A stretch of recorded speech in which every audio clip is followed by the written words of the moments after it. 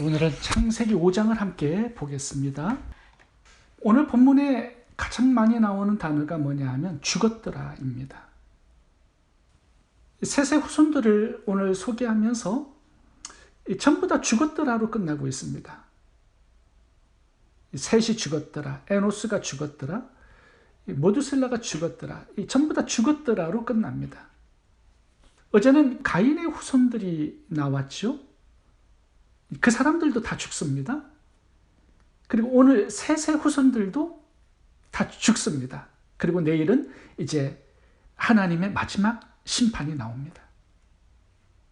죽음과 심판이 가까이 왔다면, 그렇다면 이 땅에서 가장 지혜롭게 사는 비결은 뭘까요? 내일이 내가 죽는 날이라면, 하나님의 심판을 받는 날이라면 오늘 내가 어떻게 살아야 가장 지혜롭고 잘 사는 길일까요? 가인의 후손들처럼 이 땅에서 형통하고 성공하고 부귀 영화를 누리는 것이 잘 사는 것일까요? 아니면 셋의 후손들처럼 하나님을 가까이 하고 예배하는 삶을 사는 것이 지혜로운 삶일까요?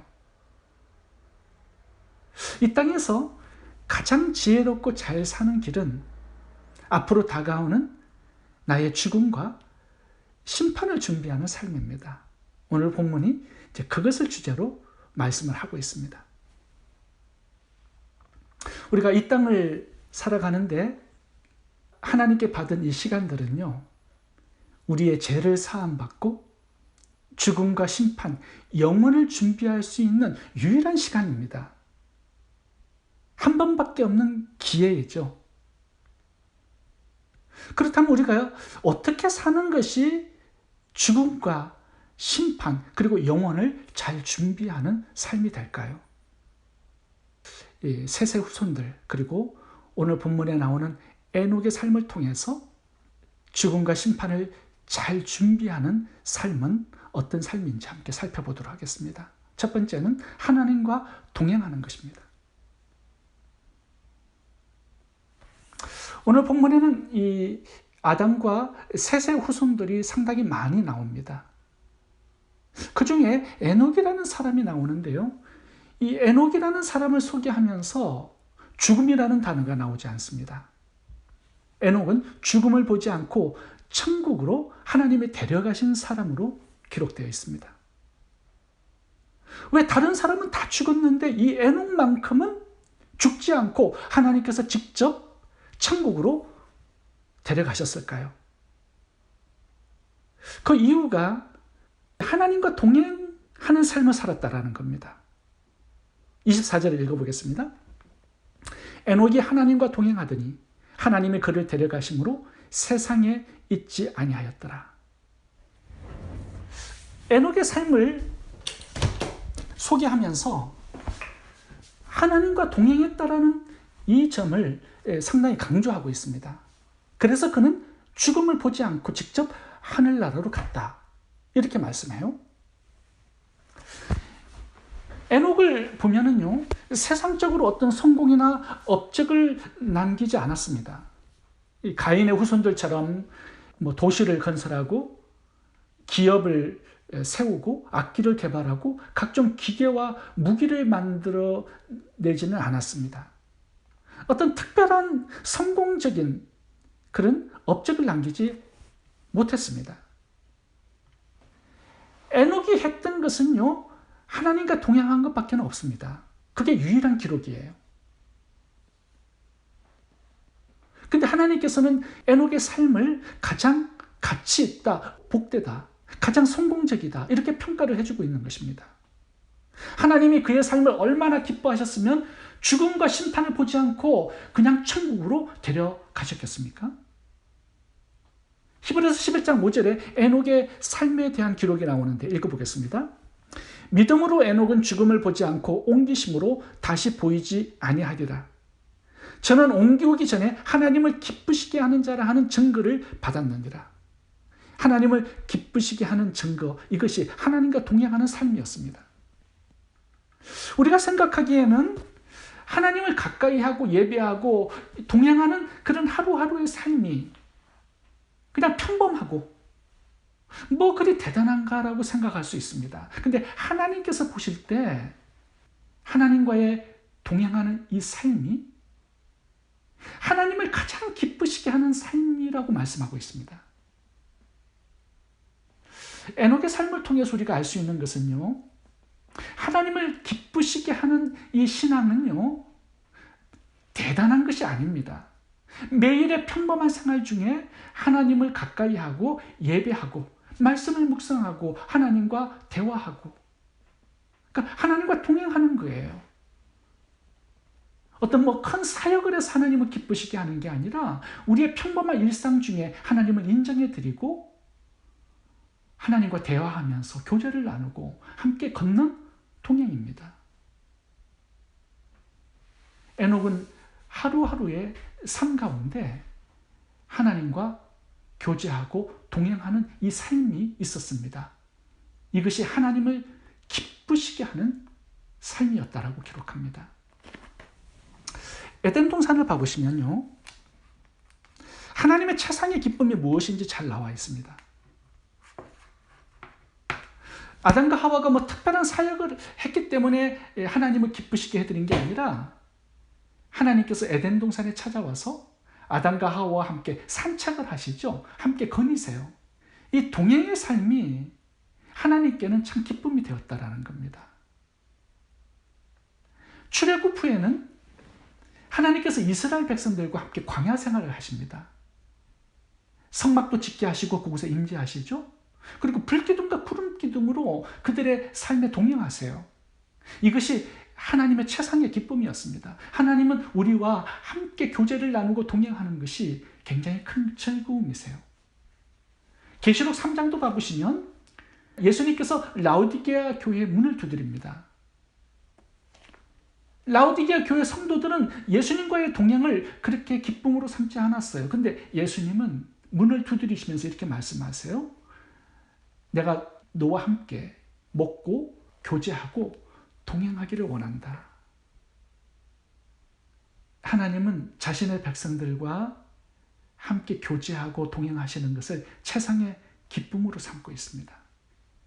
마태복음 28장 20절에서도 그렇게 말씀하시죠. 세상 끝날까지 내가 너희와 함께 하리라. 우리가 하나님을 뭐 특별하게 어떤 대단한 사역으로 기쁘게 해드리는 것이 아니라 우리의 평범한 하루하루의 삶 속에서 하나님을 가까이 하고 말씀을 묵상하고 기도하고 예배하고 동행하는 것, 그것이 하나님의 최상의 기쁨이 된다라고 말씀합니다. 오늘 22절을 읽어보시면 하나님께서 기뻐하시는 이 동행은 어떤 것인가를 설명해 주는 내용이 나옵니다. 22절을 읽어보겠습니다. 무르셀라를 낳은 후 300년을 하나님과 동행하며 자녀를 낳았으며, 이 에녹이 65살에 모두세라를 낳았어요. 그 뒤로 300년 동안 하나님과 동행했다는 것입니다. 뭐 10년, 100년도 아니고 300년 동안 하나님과 동행했어요. 이것은 뭘 말하냐 하면요, 에녹의 신앙이 변함이 없었다는 것입니다. 눈이 오나 비가 오나 비바람이 치나 하나님과 동행했어요. 하나님을 예배했습니다. 이 변질되지 않는 끝까지 가는 믿음과 신앙, 이것이 하나님의 기쁨이 된다라는 거죠. 에녹이 살았던 그 시대상은요, 하나님과 동행하는 이 삶이 쉬운 것은 아니었습니다. 왜냐하면 모든 사람들이 죄악의 길을 걷고 있었기 때문입니다. 하나님께서 심판으로 다 죽이지 않으면 안 될 정도로 사람들의 삶이 무척 악했습니다. 그 사람들 가운데 나 홀로 신앙의 길을 걷는다는 거 쉽지 않은 일이죠. 왕따를 당하고 미움을 당하고 핍박을 당하고 때로는 죽임을 당하는 일입니다. 초대교회를 봐보세요. 믿음을 지키기 위해서는요, 순교의 자리에까지도 나아가야 하는 그런 시대였습니다. 하나님과 동행하는 삶에 어떤 손해와 불이익이 있어도, 설령 죽임을 당한다 해도 끝까지 하나님과 동행하는 것을 최상의 기쁨으로 여기는 삶, 이것이 하나님을 참 기쁘시게 해드린 삶이었다 말씀합니다. 에녹이 그렇게 살았죠. 사람들이 얼마나 잘 변합니까?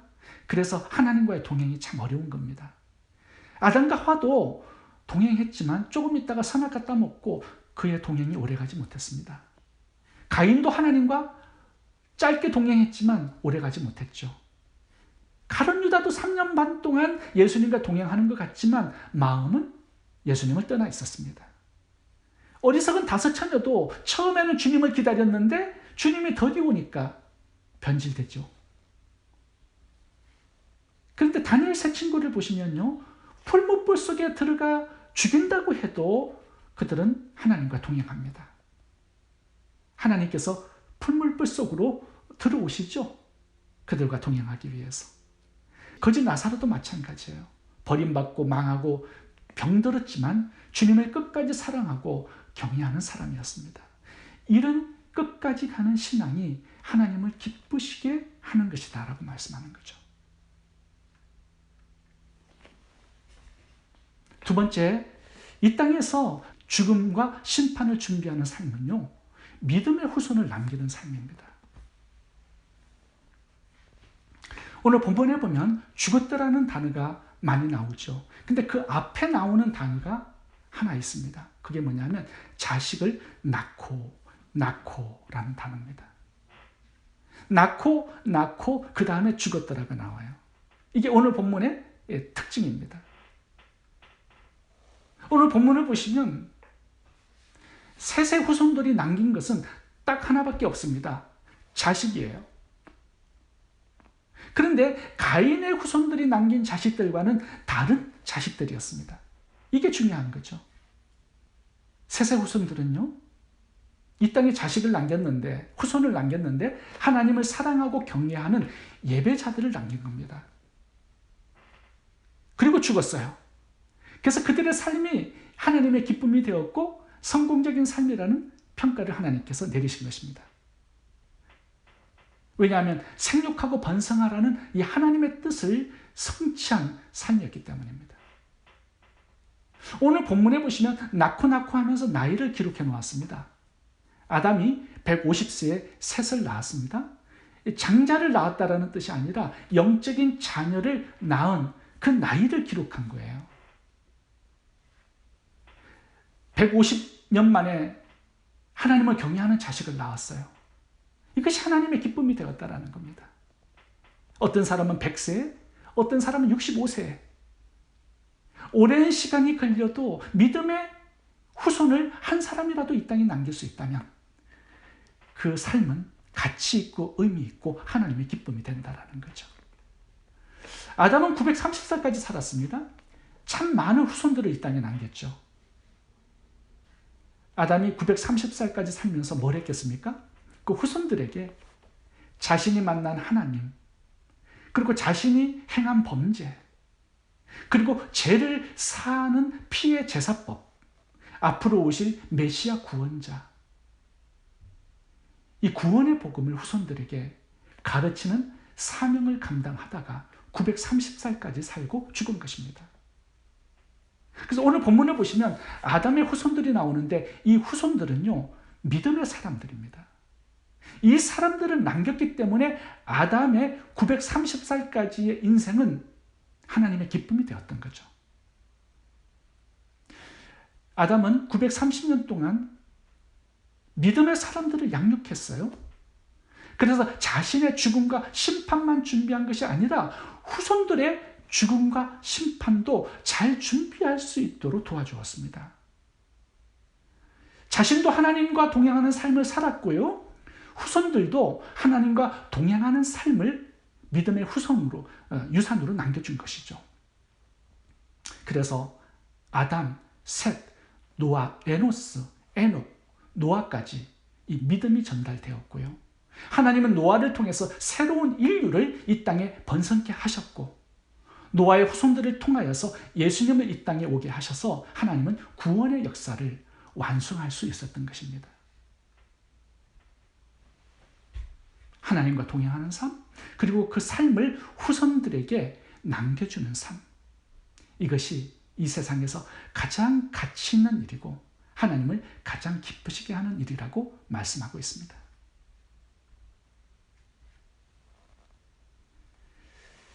누가복음과 사도행전을 기록한 누가는 데오빌로 한 사람을 양육해서 이 땅에 남겼습니다. 나오미는 모압 여인 룻을 남겼고요. 모르드게는 에스더 한 사람을 양육해서 하나님의 사람으로 이 땅에 남겼습니다.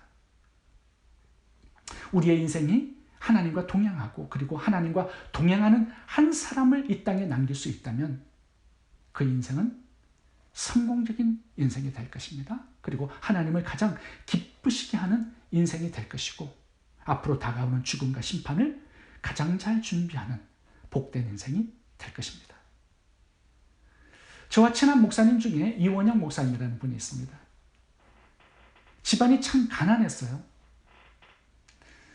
어느 날 어머니가 점쟁이를 찾아가서 상담을 했습니다. 근데 그 점쟁이가 당신은 교회를 나가야 산다라고 말을 해서 이 점쟁이의 전도를 받고 교회를 다니기 시작했습니다. 교회를 다니면서 새벽 기도를 했는데요. 새벽 기도를 하면서 하나님께 7명의 자식들을 하나님께서 돌보고 도와달라고 하루도 빠짐없이 기도를 했다고 합니다.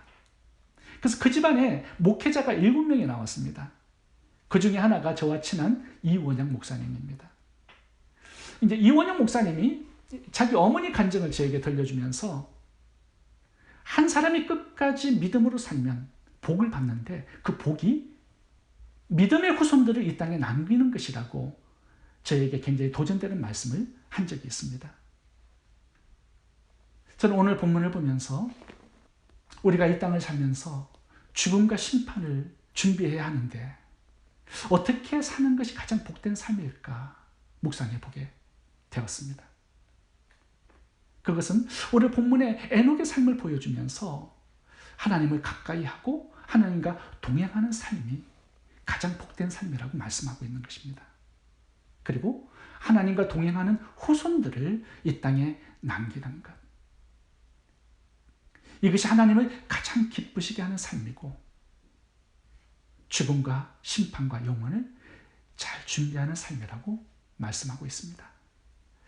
마지막 성경 구절을 읽고 마치도록 하겠습니다. 신명기 6장 5절부터 9절까지 제가 읽겠습니다. 너는 마음을 다하고 성품을 다하고 힘을 다하여 내 하나님 여호와를 사랑하라. 오늘날 내가 내게 명하는 이 말씀을 너는 마음에 새기고 내 자녀에게 부지런히 가르치며 집에 앉았을 때든지 길에 행할 때든지 누웠을 때든지 일어날 때든지 이 말씀을 강론할 것이며 너는 또 그것을 내 손목에 매어 기호를 삼으며 내 미간에 붙여 표를 삼고 또 내 집 문설주와 바깥문에 기록할지니라. 기도하겠습니다.